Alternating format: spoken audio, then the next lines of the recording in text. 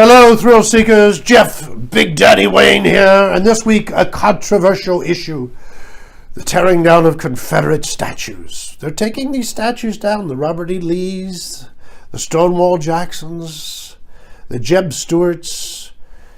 Apparently, many people find them offensive for a variety of reasons. I try to give everybody the benefit of the doubt. Some of the people that like the statues say they're historical, or they'll say that, they've always been there. I can understand where African Americans are offended by them, if these people fought for the Confederacy. They were placed there primarily by the Daughters of the Confederacy. They were family members. They were usually between 1890 and 1925, the statues were erected. I recently heard Anderson Cooper on 360 say that the statues were erected to help oppress African Americans. I think African Americans were pretty oppressed then anyway, and Anderson and I respectively have to disagree. I think the Daughters of the Confederacy, it was a matter of heritage and military and all that stuff.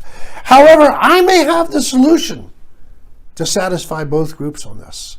Wherever there's a statue of Robert E. Lee or Stonewall Jackson or Jefferson Davis, I suggest we erect a statue of Martin Luther King next to it, to show us how we've evolved in our history. Or even better, a statue of Oprah. My God, who could question Oprah in any sense? And how about this? A statue of Beyonce.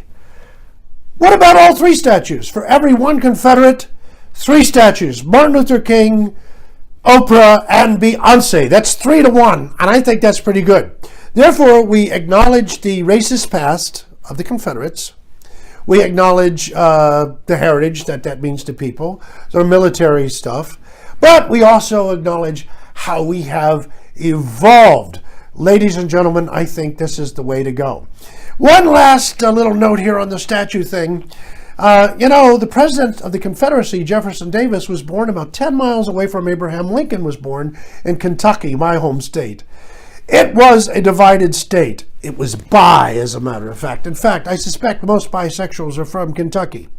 Now, interestingly enough, when you go to western Kentucky, it's very desolate. When you go to the birthplace of Jefferson Davis, they have built like a miniature Washington monument.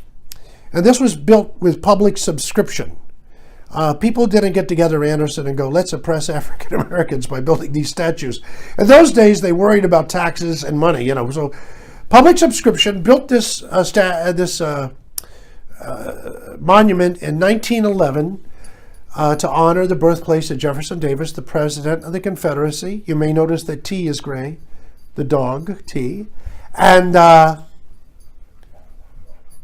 when you go there, there's like two giant books on the stairs leading up, and in it is a speech that Jefferson gave in his latter years before he died, and he said, the war is over, we must put this behind us and all come together as one. Now, if the president of the Confederacy can say that, I wonder why we can't deal with it. Ladies and gentlemen, this is Jeff Big Daddy Wing just saying to you, think about this idea. I think it's time for not less statues, but more statues. And finally, I predict by the year 2025, there will be statues. Subscribe to Big Daddy Knows. Au revoir.